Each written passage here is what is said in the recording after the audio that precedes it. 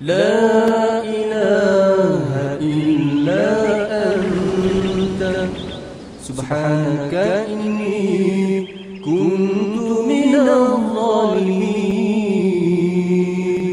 لا إله إلا أنت سبحانك إني كنت من الظالمين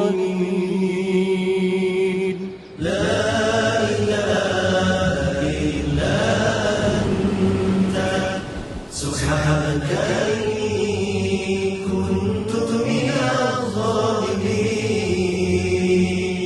لا إله إلا أنت سبحانك إني كنت من الظالمين لا إله إلا أنت سبحانك إني كنت من الظالمين لا إله إلا أنت سبحانك إني كنت من الظالمين لا إله إلا أنت سبحانك إني كنت من الظالمين لا إله إلا أنت سبحانك إني كنت من الظالمين لا إله إلا أنت سبحانك إني كنت من الظالمين لا إله إلا أنت سبحانك إني كنت من الظالمين لا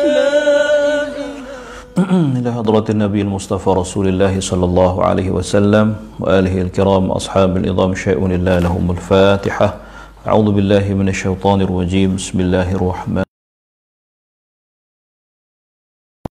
إياك نعبد وإياك نستعين اهدنا الصراط المستقيم صراط الذين أنعمت عليهم غير المغضوب عليهم ولا الضالين آمين السلام عليكم ورحمة الله وبركاته الحمد لله نحمده ونستعينه ونستهديه ونستغفره ونتوب إليه ونتوكل عليه ونعوذ بالله من شرور أنفسنا وسيئات أعمالنا من يهد الله فهو المهتد ومن يضلل فلن تجد له وليا مرشدا أشهد أن لا إله إلا الله وحده لا شريك له وأن سيدنا محمدا عبده ورسوله وصفيه من خلقه وحبيبه بلغ الرسالة وأدى الأمانة ونصح الأمة وكشف الغمة وجاهد في الله حق جهاده حتى أتاه اليقين اللهم صل على سيدنا محمد وعلى آله وصحبه وبارك وسلم أما بعد.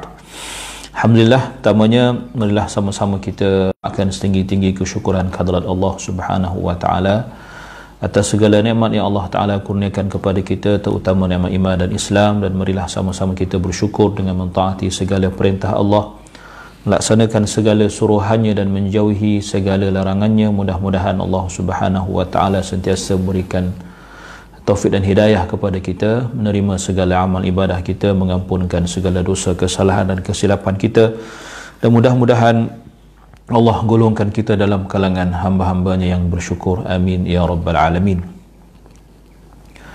InsyaAllah kita akan teruskan pengajian kita dalam kitab At-Tibyan fi Adabi Hamalatil Quran pada muka surat 85, ya, 85, tengah-tengah tu Ad-Darimi, insyaAllah.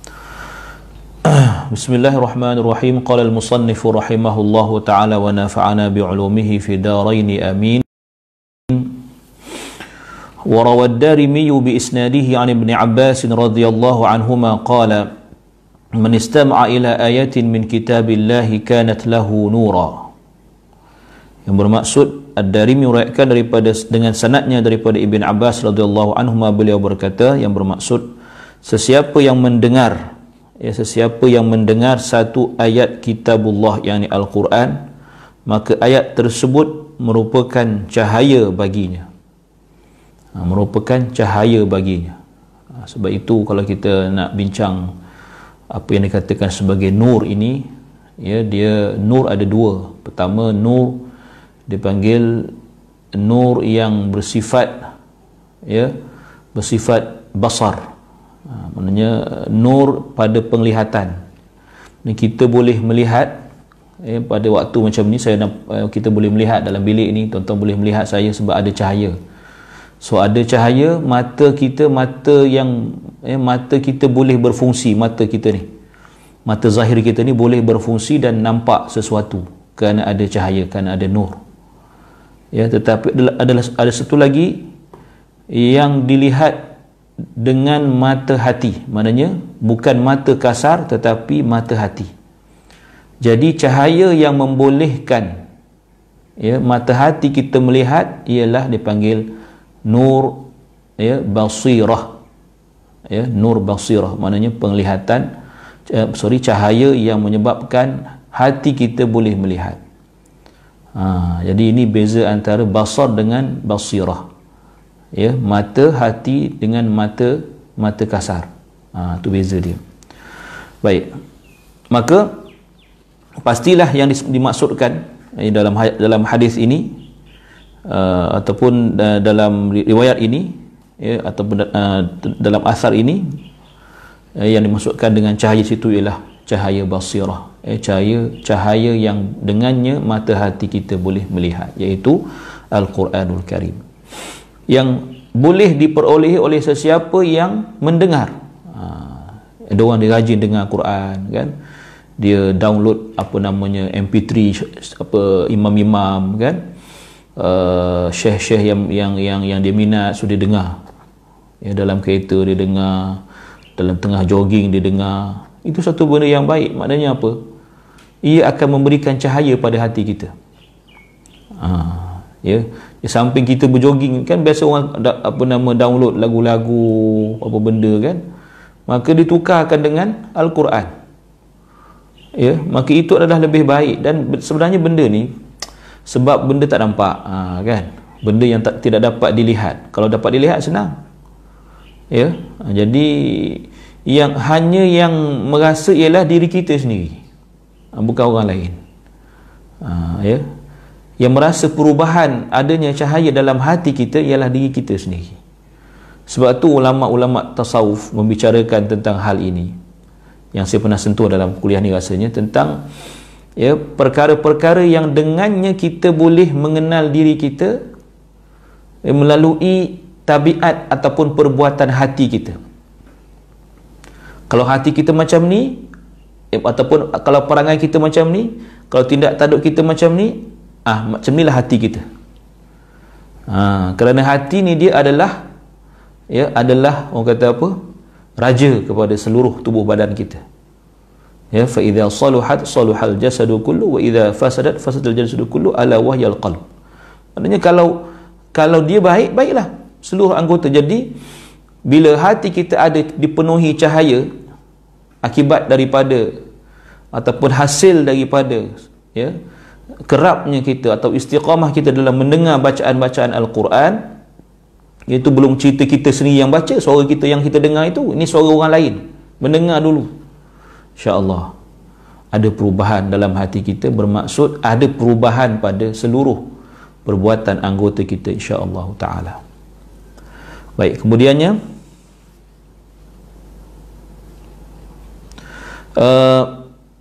warawa Ibn Abi Dawud anna Abu Darda radhiyallahu anhu kana yadrusul Qur'ana ma'ahu nafarun yaqra'una jami'an. Okey. Ibn Abi Dawud meriwayatkan bahawa Abu Darda radhiyallahu anhu mempelajari Al-Quran bersama sekumpulan manusia yang membacanya beramai-ramai. Ini cerita fasal yang kita baca semalam, sambungan dia tentang gesaan ataupun sunatnya kita membaca Quran secara beramai-ramai. apa namanya, dan juga orang yang mendengar Quran. Itu yang dimasukkan dalam fasal ini. Maka dibawakan cerita ini atau asar ini. Baik. Wa rawa Ibnu Abi Dawud fi'l ad-dirasati mujtami'in an jama'atin min afadil as-salaf wal khalaf wa qudatil mutaqaddimin. Bermaksud kelebihan mempelajari Al-Quran secara berjamaah turut diwayatkan daripada sekumpulan tokoh salaf, khalaf dan para qari terdahulu. Para qadi, qudah, para qadi yang terdahulu. Maknanya orang dulu pun buat kaedah ini, baca Quran ramai-ramai. Wa an Hassan bin Atiyah wal Auza'i annahuma qala awwalu man ahdatha ad-dirasata fi masjid Dimashq Hisham bin Ismail fi maqdamihi ala Abdul Malik. Apa maksud dia? Diriwayatkan daripada Hassan bin Atiyah dan Al-Auza'i, mereka berkata, orang yang mula-mula menganjurkan pengajian Al-Quran di Masjid Dimashq atau Damsyik ialah Hisham bin Ismail ketika kunjungannya terhadap Abdul Malik. Ini sejarahnya lah, maknanya dibaca Quran, belajar Quran ramai-ramai di masjid, tidak jadi masalah. Dan kita dah sentuh dah semalam kan. Sebab itu tidak ada masjid atau surau dalam keadaan biasalah. Bukan cerita pasal PKP ni kan. Jangan kita kiaskan benda yang berlaku dalam PKP ni dengan keadaan lain. Contoh, kita tengok dalam PKP ni ada sesuatu yang yang dibuat di luar kebiasaan, kan. Jadi benda tu mungkin khusus dalam keadaan PKP ini, keadaan darurat. Contohnya tentang soal frontliners kan, cara mereka semayang, mereka jamak. Itu benda yang ada sebab ataupun ada perkara yang mendatang.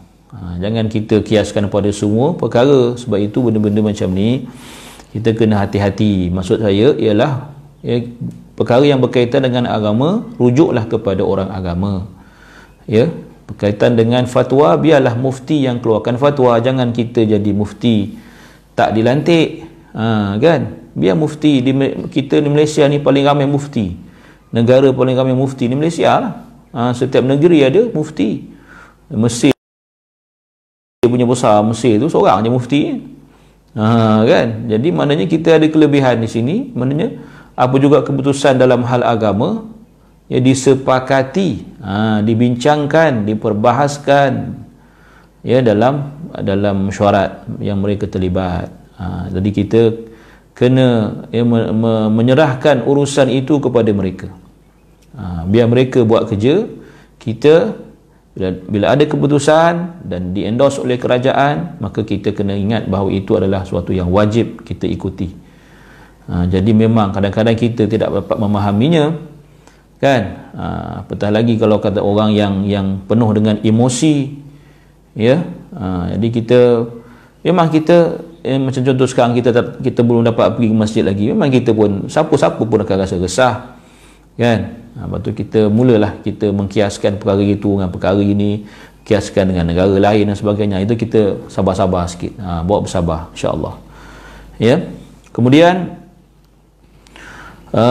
wa amma ma rawa Ibnu Abi Dawud an ad-Dhahhak bin Abdurrahman bin apa disebut ni, bin Azrab atau bin Arzab annahu ankara hadhihi ad-dirasa wa qala ma ra'aytu wa la sami'tu wa qad adraktu ashab Rasulillah sallallahu alaihi wasallam, yani ma ra'aytu ahadan fi'laha. Diriwayatkan daripada Ibnu Abi Dawud daripada Ad-Dhahhak bin Abdurrahman, Ad-Dhahhak bin Abdurrahman, mana pula tadi okey, bin Azrab, beliau mengingkari, menafikan pengajian tersebut dan berkata, aku tidak pernah melihat dan mendengarnya dalam keadaan aku sempat bertemu dengan para sahabat Rasulullah sallallahu alaihi wasallam. Maksud beliau, aku tidak pernah melihat sesiapa pun yang melakukannya. Itu kata dia lah. Kemudian an Wahb qala qultu li Malik ara'aita al-qauma yajtami'una fayaqra'una jami'an suratan wahidatan hatta yakhtamuha. Ya, kata Wahab, dipanggil daripada di sini daripada Ibnu Wahab, tak apalah. Katanya, aku bertanya kepada Malik, apa pendapatmu dengan suatu kaum yang berhimpun kemudian membaca satu surah ramai-ramai, beramai-ramai sehingga khatam. Dia baca ramai-ramai, maknanya apa? Serentak lah tu, suara serentak. Beliau so dia kata fa ankara dhalika wa 'abahu wa qala laysa hakadha tasannu'un nas, innama kana yaqra'u ar-rajul 'ala al-akhar ya'riduhu. Ya, apa maksud dia?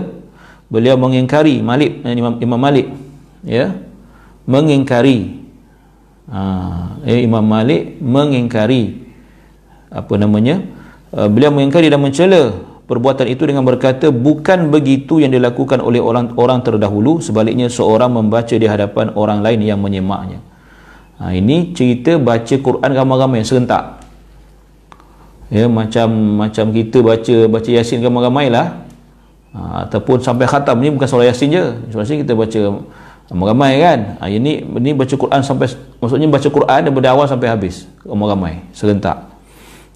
So ditolak oleh beberapa orang, ya, oleh ulama lah, ya, maknanya. Okey, cuma dia kata okey, kita kena tengok perbahasan dia di sini. Okey, fa hadzal inkaru minhuma mukhalifun lima alaihi salaf wal khalaf wa lima yaqtadihi ad-dalil fahuwa matruk wal i'timadu ala ma taqaddama min istihbabiha, lakin al-qira'ata fi hal al-ijtima' laha shurut qaddamnaha yanbaghi an yu'tana biha wallahu alam. Dia kata pengingkaran daripada mereka berdua, yang berdua tadi, ya, Ad-Dhahhak dan juga Imam Malik, kan, bertentangan dengan pendapat salaf dan khalaf, ya, serta apa yang dimasukkan oleh dalil, maka pandangan mereka ini ditolak, dan apa yang dipegang ialah cara tersebut disunatkan seperti yang telah dijelaskan. Tetapi bacaan Al-Quran dalam sebuah perhimpunan mempunyai syarat-syarat tertentu yang perlu diambil perhatian seperti yang telah kami kemukakan. Ini dicerita, maknanya yang kata boleh tu, ya, dalil dia yang ni, yang daripada awal kita baca semalam, daripada muka surat berapa semalam? Muka surat 83 tu, bacaan Al-Quran secara berjamaah, ya, boleh tuan-tuan tengok muka surat 83 itu sampailah kepada muka surat yang ni kita baca tadi. Ada muka surat 86. 86. So di situ, ya, menunjukkan bahawa boleh, harus kita lakukan cara itu. Bacalah surah apa pun, kan, ya. Baik. Cuma pada pandangan saya lah, dia kembali kepada tujuan, kembali kepada matlamat. Kalau sekadar nak baca Quran ramai-ramai, ya, apatah lagi ada guru, ada pembimbing macam kita jadi baca Yasin ramai-ramai, kemudian ada khalifah dia. So kita baca dengan panduan, dengan bacaan yang dipandu oleh ketua ataupun khalifah yang baca tu. Jadi kita ada juga panduan, kan, ya. Cumanya tujuan dia hanya untuk membaca Al-Quran beramai-ramai, itu sahaja. Okey. Jadi kalau hendak matlamat dia untuk memperbetulkan bacaan, bukan itu cara dia. Itu maksud yang pendapat saya lah. Maknanya kalau tujuannya untuk memperbaiki, memperhalusi bacaan, dia tak boleh baca ramai-ramai. Sebab macam mana guru kita tu dia nak tegur, sebab yang baca bukan kita seorang, beratus-ratus orang. Macam mana dia nak tahu yang baca macam mana, dia baca macam mana, kan? Jadi, ya, untuk membaca, sekadar membaca, okey, yang mendapat pahala dan sebagainya, insya-Allah. Dan ada juga panduan orang yang yang jadi khalifah, yang jadi ketua dalam majlis itu. Tapi kalau tujuannya untuk memperbetulkan bacaan, pada saya, yang terbaik ialah seorang demi seorang, seorang dengan seorang-seorang. Maksudnya kita berhadap dengan guru kita yang memperbetulkan bacaan kita. Itu baru terhasil dia punya matlamat dia. Macam saya sebut itulah, ya. Ada 6 kategori kan. Baik. Kemudian ya, itu selesai di situ, ya. Kemudian wa amma fadilatu man yajma'uhum 'ala al-qira'ati fa fiha nususun kathiratun ka qawlihi sallallahu alaihi wasallam ad-dalu 'ala al-khairi ka fa'ilihi wa qawluhu sallallahu alaihi wasallam la an yahdiyallahu bika rajulan wahidan khairun laka min humrin na'am. Ya, apa maksud dia? Berkenaan kelebihan orang yang mengumpulkan orang ramai untuk membaca Al-Quran. Dia jadi organizer, ya, dia kumpulkan orang, dia buat majlis kan, biar orang datang baca Quran ramai-ramai. Banyak nas mengenainya seperti sabda baginda sallallahu alaihi wasallam yang bermaksud orang yang menunjukkan ke arah kebaikan adalah seperti pelakunya. Ad-dalu 'alal khairi ka fa'ili. Ini kita kena pegang hadis ni. Jadilah kita orang yang sentiasa mengajak kepada kebaikan. Tuan-tuan yang tengok saya punya live ni, tuan-tuan share pada kawan-kawan dalam grup-grup. Ada orang lain tengok, tuan-tuan dapat pahala. Tuan-tuan dapat pahala tengok satu, pahala kita buat majlis ilmu satu, dan pahala mengajak orang lain. Bukan payah pun, share aja kan. Tapi nak kata benda tu senang, simple, tapi dapat banyak pahala. Sebab tu kita gunakan Facebook kita, ya, page kita ni, contoh kata buat benda-benda baik, cakap benda baik, kongsi benda baik, kan, ya, jangan sebarkan benda yang palsu. Maknanya kita laksanakan amar ma'ruf dan nahi mungkar melalui media ni, yang Facebook ke, Instagram ke, Twitter ke. Ini adalah medium yang kita boleh gunakan. Jadi sebenarnya dia punya pahala hanya Allah yang tahu. Sebab apa? Sebab kita sebarkan ke seluruh dunia, bukan orang kita je tengok. Mungkin dengan asbab kita share satu video yang baik, contoh kata kan, ada orang tengok dapat hidayah, dapat petunjuk, dapat kesedaran, kan termasuk kita dalam apa yang Nabi SAW sebut ni. Tengok ada hadis lagi satu, Nabi bersabda, artinya demi Allah seorang lelaki yang diberi petunjuk oleh Allah melalui kamu dengan asbab kamu, 7 hadis ni pada Sayyidina Ali kan, adalah lebih baik daripada kamu mendapat unta merah. Unta merah ni kalau zaman kita ni Rolls Royce lah, senang nak faham kan. Maknanya kalau ada orang dapat hidayah, asbab kita. Sebab tu saya tak berapa setuju kalau kita mudah-mudah cakap bila ada orang upload sesuatu dalam Facebook, kita kata oh ini riak, ini tunjuk-tunjuk, ini nak kata dia baik. Kita bukan yang sedap lagi nak mencongkel hati orang. Kita tahu apa yang kita tahu tentang niat dia, kan, ya, apa yang kita tahu tentang niat dia. Sedangkan video yang sama telah memberi inspirasi pada ramai orang, jutaan orang yang menonton. Tiada-tiada kita komen bawah tu, ini semua riak, ini semua kata dia. Apa cerita? Semalam sahabat saya Ustaz Azra'i kan, beliau ada satu keluarga yang hebat, boleh baca Quran dengan bertaranum. Justru beliau buat video kan, pembacaan Al-Quran secara bertaranum, anak-anaknya masya-Allah tabarakallah, semuanya hebat-hebat. Kan? Ada juga orang duk kata riak la ilaha illallah. Sebab itu betul lah Allah Ta'ala sebut dalam Quran, ya, wa idza khatabahumul jahilun qalu salama. Betul lah, terutama zaman hari ni kita kena pegang pada ayat Quran tu. Bila kita berhadapan dengan kata-kata orang jahil, caci maki orang jahil, ya, kecaman-kecaman orang jahil, qalu salama, cakap elok-elok sudahlah. Tak payah nak kita nak react kan, nak buat tindak balas, nak ni tak payahlah.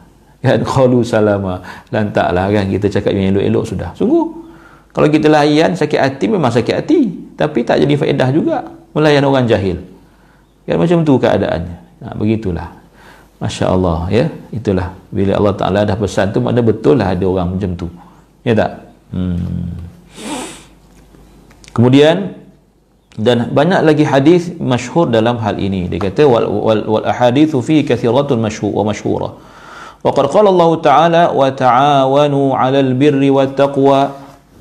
Kita tahu dalam Al-Quran sebut ya, yang bermaksud dan tolong menolonglah kamu dalam melakukan kebaikan dan ketakwaan. Ini satu peluang yang Allah Ta'ala beri pada semua orang. Bukan semua orang boleh buat perkara yang sama, kan? Saya macam contoh kita lah, kan, ya, bukan semua benda kita tahu, ya. Aspek contoh macam saya buat apa live FB ni, ya, di apa nama ditayangkan di FB Masjid Putra. Saya tak tahu nak macam mana nak buat nak broadcast benda tu dekat FB, nak buat cara teknologi ni. Saya tak tahu. Jadi ada kawan-kawan yang memang pandai buat benda tu. Jadi dia juga dapat saham dengan apa yang, dengan bantuan yang diberikan kepada saya. Ini contoh. Sebab itu dalam banyak hal ni kita sentiasa sebenarnya ya, dengan usaha kita buat benda baik ni, bukan kita seorang dapat, kan? Orang yang tolong kita, orang yang mudahkan kerja kita, orang yang sponsor kita kalau ada melibatkan sponsorship, kan? Kita tak boleh nak buat benda tu. Kita buat apa yang kita boleh. Bagi kita contoh sekarang banyak apa nama mahat tahfiz, kan, yang minta derma. Kita tak boleh nak buat mahat tahfiz, kita tak mampu, tapi kita ada duit, contoh kata, kita sumbangkan, kan? Sponsor, support mereka. Itu maknanya apa? Allah Ta'ala ni maha adil. Dia buka peluang buat ibadah ni seluas-luasnya mengikut, ya, dan dia tahu hamba-hamba dia ni tak sama dari sudut kebolehan, tak sama dari sudut keuangan, tak sama dari sudut macam-macam. Jadi ya, masing-masing buat kerja dalam bidang masing-masing, tapi menyumbang ke arah agama Allah. Yang jaga mikrofon kita, PA system kita, kan, di masjid-masjid besar macam Masjid Putra, ada dia punya tim engineer dia. Nak suruh saya jaga, habis jahanam lah apa PA tu. Adalah orang dia nak jaga maintenance kita, kan, nak jaga maintenance dalam masjid, ya, tandas-tandas kita pun semua, cleaner mereka semua menyumbang, ya. Kalau katakan tak berfungsi saya yang nak kena cuci tandas, contoh kata, bayangkanlah, ya, maksudnya bukan benda senang kerja-kerja tu. Jadi itu maksudnya dikatakan tadi wa ta'awanu 'alal birri wat taqwa, benda baik, kan, bekerja samalah kita. So dia kata wala syakka fi 'idhami ajri sa'i fi dhalik. Dia kata tidak syak lagi betapa besarnya, ya, ganjaran orang yang mengusahakan perkara demikian. Okey. Kemudian ni ada kaitan dengan cerita WhatsApp group itu. Ni faslun fil idarati bil Quran. Dia panggil al-idarah. Wa huwa an yajtami'a jama'atun yaqra'u ba'dhuhum 'ashran aw juz'an aw ghayra dhalik thumma yaskutu wa yaqra'u al-akharu min haythu intaha al-awwal thumma yaqra'u al-akhar wa hadha jaizun hasanun wa qad su'ila Malik rahimahullahu ta'ala anhu faqala la ba'sa bih. Baca bergilir-gilir, ya. Faslun, membaca Al-Quran secara bergilir, keadaannya ialah sekumpulan orang berkumpul. Seorang daripada mereka membaca 10 ayat, sejuzu atau kadar yang lain, kemudian berhenti dan orang lain membacanya selepas orang tadi berhenti, kemudian diteruskan dengan yang lain. Perkara ini harus dilakukan dengan baik. Ini kata maksud tadarus tadi, kan? Malik rahimahullah pernah ditanya mengenainya, lalu beliau menjawab, tiada masalah, la ba'sa bih. Kan, jangan kita, ya, buat benda yang, maksud saya, menganggap yang bukan-bukan. Kan, ulama dah kata boleh, tak ada masalah kita, ya, bergilir-gilir dalam membaca Quran. Cuma dalam konteks WhatsApp group itu saya dah sentuh dah. Boleh rujuk pada video berkenaan atau pada rakaman berkenaan. Saya dah sebut dah itu, ya, apa sebenarnya, ya, yang apa yang membolehkan perkara itu dibuat. Dan apa setakat mana dia, maksudnya dia punya tuntutan tu setakat mana. Ya. Baik. Kemudian faslun fi raf'is sauti bil qiraah, meninggikan suara, fasal berkenaan meninggikan suara semasa membaca Al-Quran. Maknanya suara dengan kuat. Macam mana? Boleh tak? Hadha faslun muhimmun yanbaghi an yu'tana bihi. Fasal ini penting dan perlu diberi perhatian. Sebab apa? Mungkin ada yang kita tidak pasti. Boleh tak baca kuat-kuat? Kan? Adakah kena suara perlahan saja? So kita tengok ya. Apa kata musannif? I'lam annahu jaa'a ahaditsu kathiratun fi as-sahih wa ghairihi dalatun 'ala istihbab raf'i as-sawt bil qira'ati wa ja'at atharun dalatun 'ala istihbab al-ikhfa wa khafd as-sawt. Ini dia. Ini kata ulama yang amanah kan. So dia kata wa sanadhkuru minha tarafan yasiran isyaratun ila asliha insyaallah taala. Dia kata ketahuilah bahawa banyak hadis didatangkan dalam kitab sahih dan sebagainya menjadi dalil dan kepada hukum sunat mengangkat suara semasa membaca Al-Quran. Dalilnya ada. Begitu juga banyak asar yang turut menjadi dalil dan kepada hukum sunat tidak membunyikan suara dan merendahkannya. Nampak? Dua-dua ada dalil dia. Biasanya tuan-tuan, bila ada macam kita nampak macam kontra, kita nampak yang ni pun kata yang ni pun boleh, yang ni pun boleh. Biasanya mesti ada sesuatu dipanggil secara kontekstual. Konteks tu maknanya dia ada konteks dia. Yang boleh ni apa konteks yang membolehkan? Yang tak boleh ni apa konteks yang tidak membolehkan? Yang ini yang kita kena, orang kata apa? Kena sangka baik. Ya. Kena sangka baik. Jangan kita pening kepala, jangan kita tuduh menuduh, jangan kita kecam mengecam. Berlapang dada. Kan? Tak payah kita nak orang kata nak sempitkan benda yang dah luas. Ya. Jangan kita nak orang kata rigidkan benda yang terbuka sebenarnya. Kan? Sebab itu sepatutnya kita ni makin belajar, makin menuntut ilmu, makin luas pandangan, makin terbuka. Sebab itu kalau kita baca sejarah hidup ya almarhum Pak Hamka kan, ya kita tahu dia peringkat awalnya beliau adalah antara orang yang kuat dalam Muhammadiyah kan, kita pun tahu. Dia tidak baca kunut. Ini cerita benda yang sama juga, pusing-pusing gitu juga kan.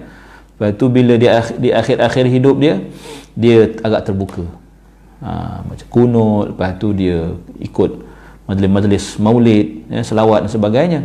Maka ini apa yang saya baca lah. Maka ditanya pada dia, apa yang dah berlaku? Adakah dia dah tukar mazhab? Kan? Adakah dia dah tukar aliran? Dia kata, dulu aku hanya membaca satu kitab, hari ini aku telah membaca 1000 kitab. Apa maksudnya tuan? Maknanya makin luas ilmu, makin terbuka. Ya, makin terbuka pandangan kita, makin kita jadi orang yang orang kata meraihkan pandangan-pandangan yang berbeza. Itu patutnya macam tu, bukan sebaliknya. Kan? Makin tinggi belajar, makin rigid, makin orang kata makin tak boleh nak tolak ansur. Kan? Dia aja. Susahlah macam tu. Kan? Itu sikap lah. Baik. So dia kata, kami akan sebutkan intipati yang ringkas sebagai isyarat kepada asasnya insya-Allah. Okey, tengok. Qala al-Imam Abu Hamid Al-Ghazali wa ghairuhu minal ulama wa tariqul jam'i bainal ahadits wal athar al-mukhtalifati fi hadha anna al-israr ab'adu min ar-riya wa huwa afdalun fi haqqi man yakhafu dhalik. فإن لم يخفي الرياء فالجهر ورفع الصوت أفضل لأن العمل فيه أكثر ولأن فائدته تتعدي إلى غيره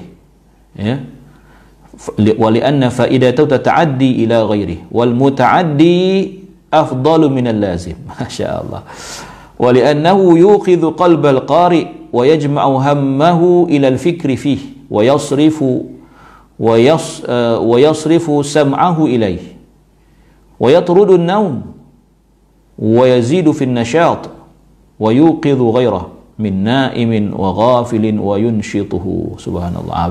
Dengar ni hebatnya para fuqaha, para ulama dalam dia nak orang kata apa, mengharmonikan at-taufiq bainal adillah. Ini cara ulama, kan? Dia kata biasanya dalam kaedah ini panggil al-jam'u in amkan, mengumpulkan semua dalil itu kalau boleh, seboleh yang mungkin. So dah ada buatlah ni. Dia dah buat dari sini. Maknanya apa? Imam Abu Hamid Al-Ghazali dan ulama lain berkata cara untuk menggabungkan tadi. Cara untuk menggabungkan maksud hadis-hadis dan asar-asar yang berselisih dalam hal ini ialah jika merendahkan suara boleh menjauhkan diri daripada riak. Kita baca perlahan, kita akan terjauh daripada riak. Maka merendahkan suara lebih utama bagi orang yang takut akan riak itu. Ada orang kalau dia baca kuat, dia bimbang akan berlaku riak. Maksudnya dia akan bimbang akan menyebabkan dia buat benda riak. Jadi kalau baca kuat dia rasa dia riak. So dia baca perlahan untuk mengelak daripada riak yang ditakuti itu. Maka bagi orang itu, dah ada orang perasan cincin saya dah. Cincin tengoknya. Ini yang malah pakai ni. Tapi tak pakai tak boleh tuan kan? Tak boleh, kan? Baik, kemudian dia kata maka merendahkan suara lebih utama bagi orang yang takut akan riak itu. Jika dia tidak takut akan riak, apabila meninggikan suara pada orang kata dia punya basis dia ialah seorang sama seorang lah, kan? Bukan kita pukul rata riak semua, tak. Ikut orang tu. Kalau dia rasa dia tinggi suara, atau dia bukan tinggi suara, dia baca kuat, tak berlaku riak, jika dia tidak takut akan riak, ini pun kena faham juga, tidak takut akan riak tu maksud apa. Tak takutlah riak pun tak apa, bukan macam tu. Ini kena faham ibarat ni. Maksud tak takut riak itu ialah dia pasti, kan? Dia pasti kalau dia kuatkan suara tak berlaku riak tu. Tak, kan ada orang dia riak ni macam-macam, kan? Macam-macam sebab boleh berlaku riak. Dan ada orang dia tak kisah, maksudnya dia tak rasa pun kalau dia baca kuat ni jadi riak. Ada orang macam tu dia. Sebab benda ni adalah apa? Perbuatan hati, kan? Dan masing-masing orang ada hati yang berbeza, tak semua orang sama. Ada orang dia macam mana pun dia tak akan riak. Dia baca kuat ke, dia tak rasa dia nak tunjuk pada orang. Ada orang dia baca perlahan pun dia baca perlahan pun dia rasa riak, tak tahu lah macam mana, kan? Jadi dia ikut, orang kata apa, ikut masing-masing lah, gitu. Maka meninggikan suara lebih utama kerana lebih banyak amalan didapati padanya. Ada kelebihannya lah yang kita perlu kuatkan suara. Hal ini kerana faedahnya turut diperoleh orang lain dalam keadaan manfaat yang tersebar kepada orang lain lebih utama daripada yang mengenai diri sendiri sahaja. Nampak? Orang maksudnya baca kuat tu ada faedah lain. Macam saya sebut tadi, kan? Bila Ustaz Azra'i dan anak-anak dia, kan? Kalau dia tak buat video tu, ada ke orang tahu tentang taranum ni, tentang macam mana kanak-kanak boleh bertaranum, latihan suara, latihan nafas? Tak ada orang tahu. Jadi benda tu hanya faedah pada dia je, pada keluarga dia je lah yang pandainya. Tiba bila dia, kan, buat dalam bentuk video di apa namanya, ditayangkan, kan? Jadi orang lain tengok. Kalau tidak, kalau maksudnya kalau bukan sekadar kalau selain daripada orang, dia akan memberi inspirasi pada orang lain, orang akan tahu, oh macam ni rupa taranum bayati,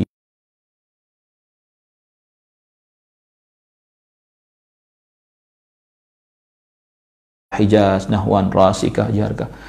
Benda tu mesti ada kebaikan, kan? Jadi maksudnya kalau apa namanya, mereka buat itu memang kerana Allah, maka tak ada benda pun yang timbul kata riak dan tidak dan sebagainya. Pada saya, kita tidak layak untuk mengatakan sesiapa pun ya sebagai riak, kerana riak itu adalah perbuatan ataupun perangai hati. Adakah kita boleh melihat hati orang? Ya, adakah kita boleh tembus, wah tengok nampak dalam hati orang? Tak ada. Kita ni kan, kita ni bukan siapa-siapa. Wali pun tidak, kuali mungkin. Ya. So dia kata tengok maknanya ini faedah yang untuk membaca secara kuat, membangunkan hati pembacanya, menghimpunkan keinginan untuk berfikir tentang ayat Quran. Baca suara jelas, suara kuat. Mencenderungkan pendengaran kepada bacaan Al-Quran. Orang dengar tertarik nak baca macam tu juga. Dan kalau kata baca tak, hanya baca tu baca perlahan, tak adalah apa MP3 ke video ke audio ke tentang Quran yang semua baca seorang-seorang, tak payah nak tunjuk pada orang lain, tak payah nak sebabkan pada orang lain. Sebab apa? Sebab katanya riak. Tak boleh, ya. Membuang perasaan mengantuk. Bayang baca kuat dengan baca perlahan. Baca perlahan lama tidur lah. Cuba baca kuat kan, hilang rasa mengantuk tu. Dan meningkatkan kecergasan serta membangunkan dan turut memberi semangat kepada orang yang tidur atau lalai. Kan? Dan kita dapat dan kita tahu Nabi SAW dan juga para sahabat memperdengarkan bacaan mereka pada orang lain. Kalau tidak, macam mana orang kafir tu nak dengar apa benda yang Nabi baca? Kalau tak, Nabi tak perdengarkan bacaan Nabi. Kan? Ya. Betul kata dalam Al-Quran, fa'ajirhu hatta yasma'a kalam Allah. Mana biar orang-orang yang kafir yang kita jadikan sebagai kita ambil upah dia bekerja dengan kita. Ambil upah dia, bagi upah atas kerja dia, dan perdengarkan juga ayat-ayat Allah. Kan, saya pernah sekali tuan, masa saya pernah pergi ke Australia jadi imam tarawih. Masa tu saya belum ke Mesir lagi. Masa tu saya belum ke Mesir lagi. Bulan puasa saya jadi imam tarawih di Melbourne. Ya. Jadi siang memang kita rehat lah, malam baru bertugas kan. Jadi siang tu saya memang, maksudnya kita nak nak jadi imam, biasalah kita ngulang kan. Kita memang ulang dengan suara yang kuat. Jadi adik angkat saya ni, dia duduk rumah saya, saya tumpang rumah dia lah. Saya duduk tingkat atas, dia di tingkat bawah. Dia tengah tuition. Dia nak PPSA tahun tu. Orang Arab lah, bapa angkat saya orang Arab, ya, orang Arab Palestin duduk di sana. Jadi Muhammad ni dia tengah tuition dengan guru dia. Orang putih, Kristian. Tapi dia kahwin dengan orang Thailand. Ya. So dia saya baca Quran di atas, tingkat atas. Di suara saya kuat, saya baca kuat, dan sampai cikgu tuition ni, nama apa saya tak ingat dah, lelaki kan, sampai dia terdengar dan dia tanya Muhammad, dia kata, suara siapa tu?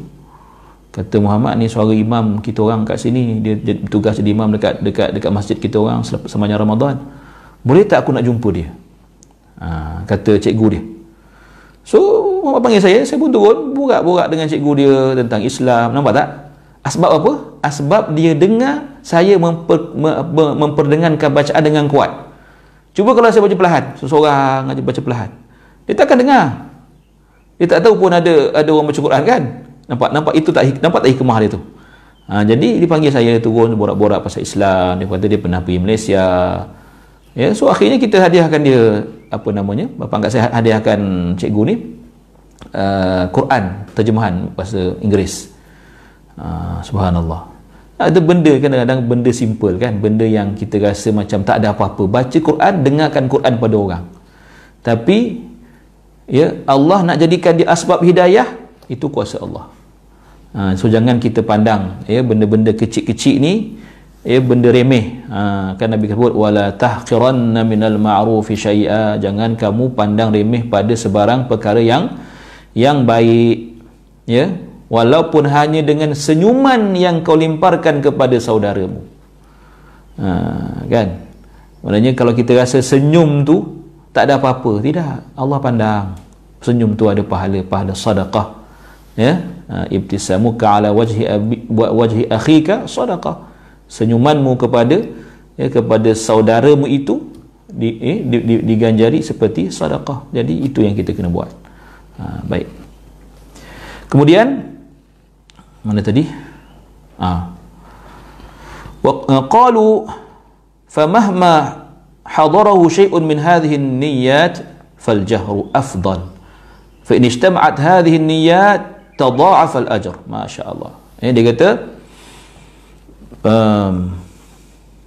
mereka berkata lagi, walau apa jua perkara daripada semua niat ini hadir dalam hati, niat nak pendengarkan bacaan, nak ajak orang supaya terinspirasi untuk baca Quran, niat-niat yang baik-baik ni, ya, mengangkat suara ketika membaca Al-Quran itu adalah lebih utama.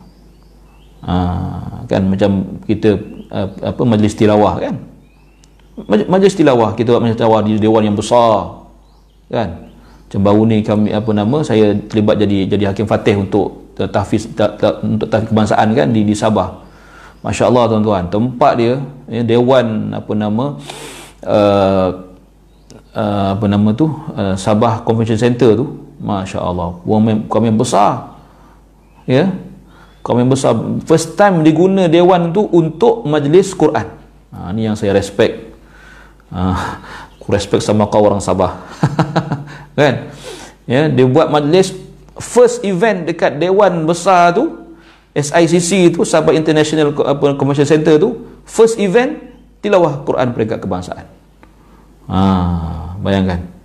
Jadi siang malam dengar orang baca Quran, siang tahfiz, malam tilawah, siang tahfiz, malam tilawah. Berapa hari? Mungkin seminggu lah kan. Berkat tempat itu.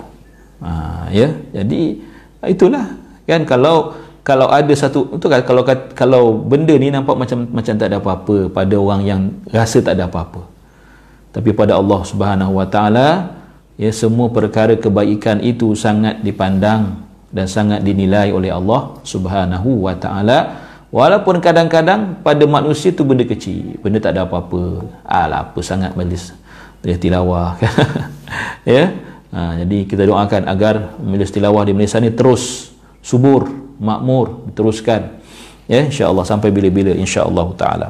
Cuma tahun ni tak dapat nak anjurkan majlis tilawah peringkat antarabangsa sebab Covid ni lah kan. Kalau tidak saya kena baca doa tu. Doa penutup, malam penutup tu saya kena baca doa patutnya, tapi apa nak buat kan. Tahun depan kalau ikutkan, insya-Allah, kalau tak ada PKP ni mungkin bulan 7 ni, tak tahulah macam mana kan, bulan 6 bulan 7 ni, wallahu alam. Kita tengoklah besok macam mana keputusan daripada pihak Rustia, pihak JAKIM dan sebagainya. Taib, kemudiannya قال الغزالي ولهذا قلنا القراءة في المصحف أفضل فهذا حكم المسألة وأما الآثار المنقولة فكثيرة وأنا أشير إلى أطراف من بعضها. Ya, maksud dia, okey, banyak asar yang dinukilkan dalam perkara ini dan aku dia kata sudah tertinggal. Al-Ghazali menyebutkan, berkata, sebab itulah kami katakan bahawa membaca Al-Quran dengan melihat mushaf lebih utama, dan hal ini sama hukumnya dengan permasalahan tadi. Dia lebih kurang hukum itulah kan.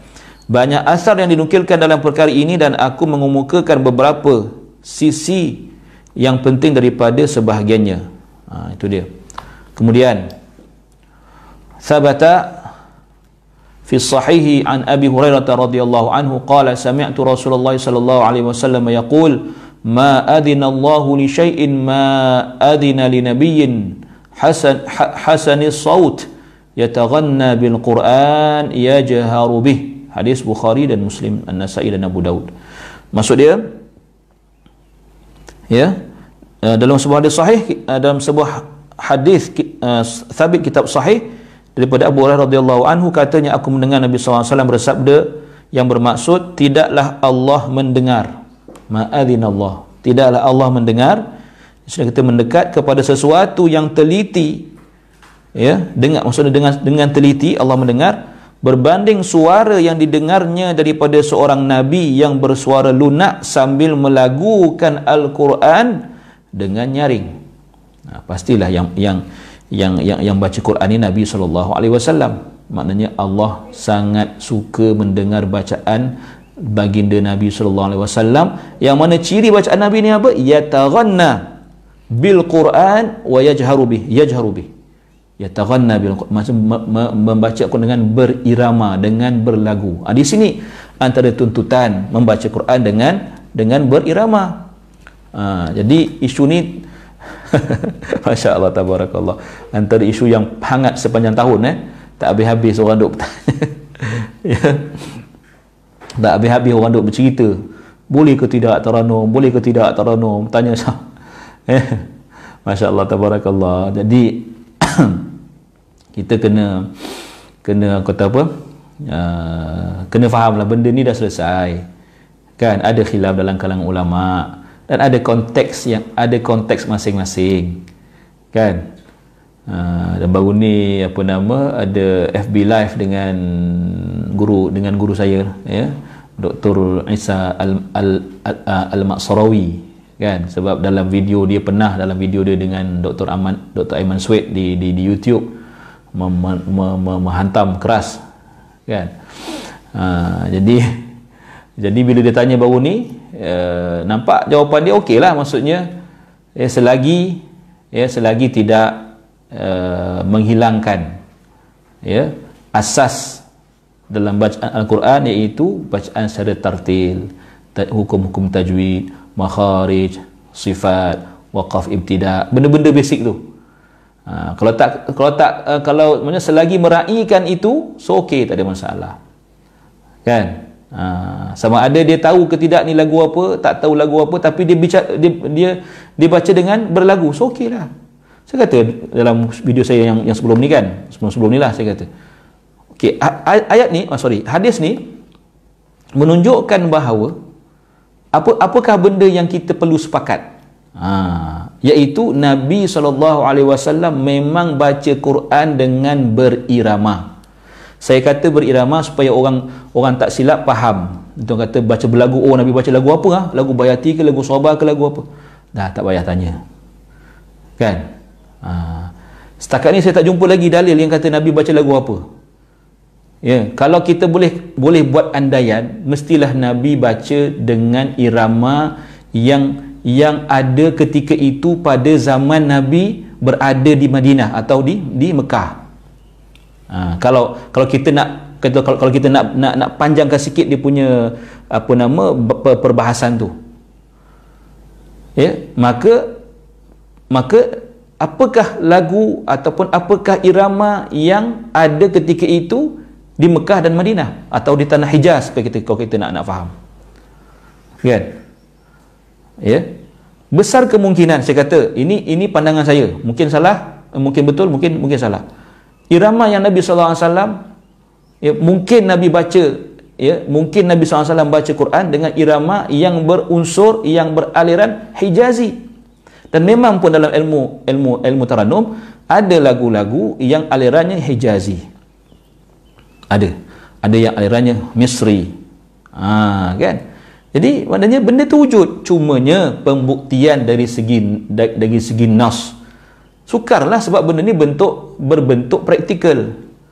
Tak ada Nabi sebut aku dulu baca lagu Hijaz ke lagu Sikah ke apa. Tak ada lah sampai macam tu. Satu, yang kedua, adakah sebarang bentuk rakaman audio kan yang merakamkan cara bacaan, ya, yang paling awal sekali, maknanya yang bilakah bacaan Quran tu dirakam secara audio yang paling awal sekali. Saya pernah dengar kan, ada dia orang, tapi bukanlah awal sangat kan, dalam tahun kata berapa puluhan, 50-an gitulah. Jadi itu dah lewat dah, bukan awal lah kan. Wallahu alam, sebab tak ada bukti, tak ada dalil secara tuntas yang menyatakan Nabi SAW baca lagu apa. Satu, kalau tuan-tuan boleh kongsi dengan saya, kalau ada, kongsi dengan saya, kita kongsi sama-sama kan. Wallahu alam, kita tak tahu. Dan nanti akan bawalah kepada perbahasan lain Kan? Dan memang lagu ni, irama ni ada pada semua bangsa. Maknanya memang Allah Ta'ala jadikan kita manusia ni ada cara kita untuk menghiburkan hati.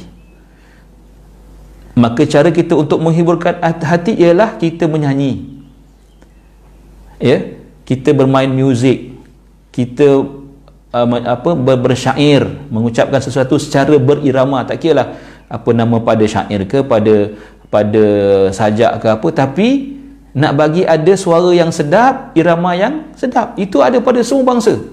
Tak kira duduk padang pasir ke, duduk tengokkan cerita-cerita apa nama cerita cowboy kan, orang Red Indian pun ada cara berhibur dia berjoget, dia main, dia punya alat-alat.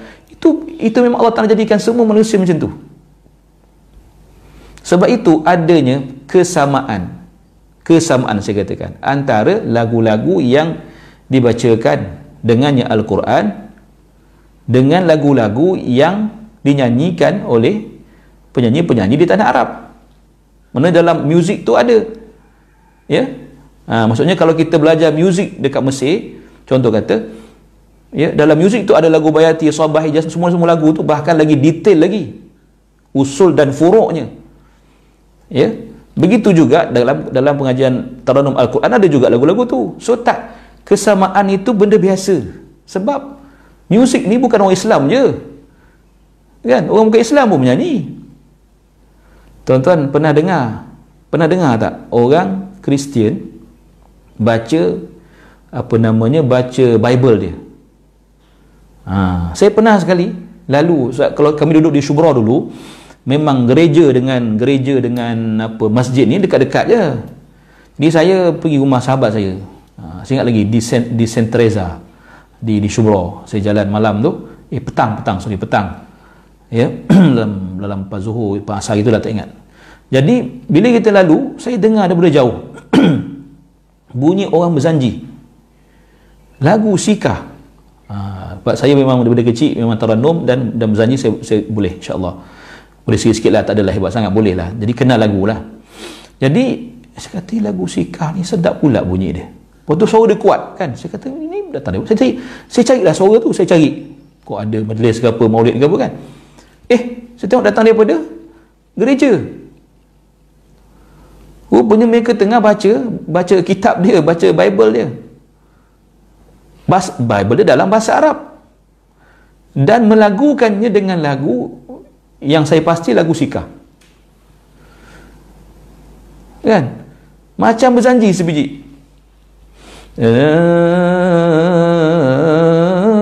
Lagu Sikah, jadi sedap pula. Tapi saya terus jalan, tak adalah saya pergi ikut serta ke, tak adalah.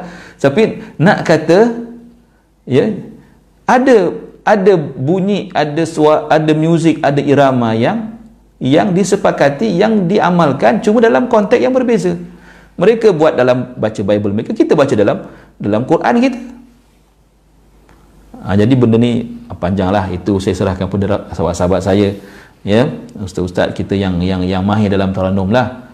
Cuma kita jangan, orang kata apa, jangan sewenang-wenangnya mengata yang ini tak boleh, yang ini haram, yang ini apa, macam-macam. Ni dalil yang jelas, ya. Maknanya benda yang kita sepakat ialah memang Nabi baca berlagu, berirama. Lagu apa, irama apa, tak boleh nak ditentukan, kan, itu memang. Cumanya maknanya kalau kita baca berlagu, kita ikut Nabi tak? Kita ikut Nabi, sebab Nabi baca berirama. Jadi macam mana kita nak baca berlagu, kita kena belajar lah. So timbullah cara pengajian pula, cara pembelajaran, ya, taranum. Di situ juga ada perbezaan pandangan. Ada pihak kata tak boleh belajar taranum ni dengan penamaan lagu tu, tak boleh bagi nama lagu tu. Bagi nama tu bid'ah, tak boleh. Bagi nama sama macam orang bukan Islam. Come on lah, kan. Macam-macam tuan, ya, masing-masing tak ada dalil, tapi dia cakap seolah-olah dia ada dalil. Apa dalil mengajarkan tak boleh kita nak mengajar supaya orang berlagu dengan menamakan lagu-lagu itu? Tak ada dalil, kan? Tak ada dalil juga. Jadi bila kau tak ada dalil, jangan cakap orang lain salah. Contohnya, kan? Cara pengajian dia, maksudnya cara kita untuk dapatkan matlamat yang Nabi ajar tu supaya baca keadaan dalam keadaan berlagu. Sama juga macam tajwid saya sebut itu kan. Baca bertajwid tuntutan Allah dan Rasul. Warattilil Qur'ana tartila. Nak menuju ke arah tartil tu kena belajarlah. So ulama susun namanya ilmu tajwid. Dalam susunan itu macam-macam ada. Idgham, ikhfa, izhar, mad, kan? Mutajanisain ada, mutaqaribain ada, lepas tu ada pula, kan itu semua tak ada zaman Nabi. Ada Nabi ajar idgham, hadha ikhfa, tak ada. Siapa yang buat tu? Ulama lughah dan juga ulama qiraat. Ramai ulama qiraat ni dapat ulama lughah juga, kan? Abu Amr Dani dan sebagainya, semua mereka ni ada lughawiyun, kan? Nampak tak? Jadi kita perlu faham cerita tu. Jadi macam mana kita nak baca bertajwid kalau tanpa ilmu-ilmu yang telah disusun oleh ulama-ulama? Dapat tak kita mencapai tartil yang menjadi tuntutan tu? Takkan dapat. Sama juga macam Tarannum. Macam mana kita nak dapat matlamat membaca Al-Quran secara berirama, dan itu sunnah Nabi, tuntutan Nabi, ya, tanpa kita nak belajar cara-cara seperti mana yang disusun oleh ulama dalam pengajian Tarannum. Oh boleh, saya tiru. Okey, tak apa, fine. Ditiru. Tiru video orang baca, kan? Tiru maksudnya tiru bacaan orang, tiru bacaan guru dia ke apa ke. Tak apalah, tirulah. Tapi jangan pula kita menghalang benda yang lagi satu ni. Nampak tak? Sebab itu memang ada kaedah-kaedah pembelajaran. Jadi panjang cerita kat situ pula. Ya. Sebab saya tengok macam tak habis-habis lah. Tak habis-habis orang duk cerita, duk petikai, tak habis-habis. Baca Quran pun tidak juga, kan? So dia kata sini, kita ambilkan di sini. Okey, wa ma'na adina istama'a wa huwa isyaratun ila ridha wal qabul. Maksud adina ialah mendengar dengan teliti, istama'. Ya, dan ia adalah simbolik kepada redha, penerimaan amalan, itu maknanya Allah izinkan, Allah terima, Allah suka, kan? Itu dia. Okey, last sekali, wa an Abi Musa al-Asy'ari radhiyallahu anhu anna Rasulullah sallallahu alaihi wasallam qala wa laqad utita mizmaran min mazamiri ali Daud, rawahu Bukhari wa Muslim.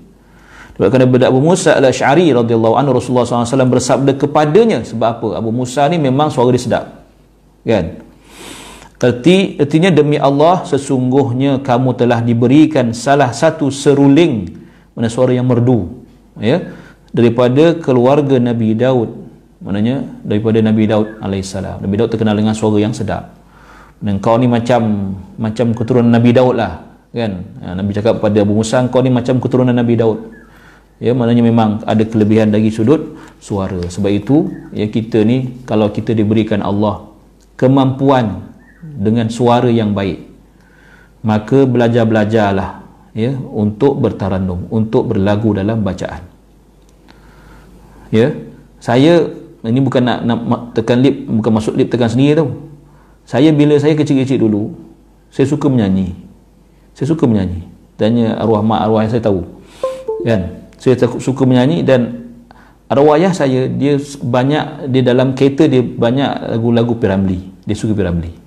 Jadi saya suka tiru lagu-lagu P.Ramlee. Walaupun suara saya kecil masa tu, kan, tak pecah lagi, tapi saya minat lagu-lagu ni. Dan saya senang mengikut. Kalau nasyid-nasyid dulu, ingat nasyid-nasyid Al-Arqam dulu, kan? Kumpulan Nada Murni dulu. Masa tu kita kecil lagi, kan? Nada Murni baru lagi start masa tu, kan? Jadi kita ikut, memang suka sangat. Jadi daripada situ minat belajar tarannum. Sebab kita ustazah nampak potensi kita, dan itu mula belajar sampai sekarang. Jadi itu maksud dia. Jadi kalau kita ada bakat, jangan pergi belajar menyanyi, bukan, belajar berlagu Quran, baca Quran, itu lebih baik, kan, daripada kita masuk akademi apa ke, benda apa ke, kan? Itu yang saya masukkan. Mudah-mudahan Allah SWT beri taufik hidayah kepada kita. Aqulu qawli hadza wa astaghfirullahal azim li wa lakum. Wassalamualaikum warahmatullahi wabarakatuh. Subhanakallahumma bihamdika asyhadu an la ilaha illa anta astaghfiruka wa atubu ilaik. Bismillahirrahmanirrahim. Al-'asr. Innal insana fi khusr illa alladziina aamanu wa 'amilus shalihat wa tawassaw bil haqqi wa tawassaw bis sabr. Terima kasih.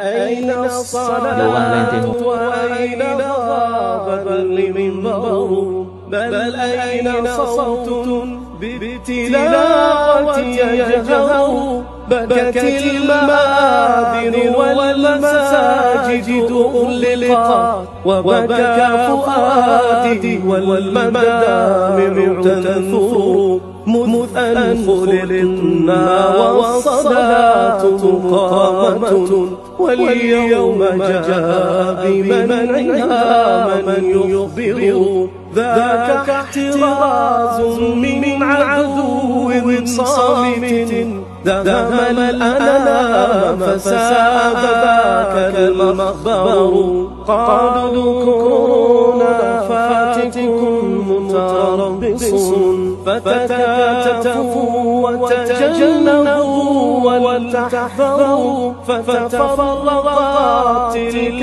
الجموع حزينة وقلوبهم من حزنها تتفطر والروح تهفو للصلاة جماعة ولجمعة تاقت نفوس تجأر يا ربي فاثا بانكشاف عاجل ما عاد صبر من لباطن يصبر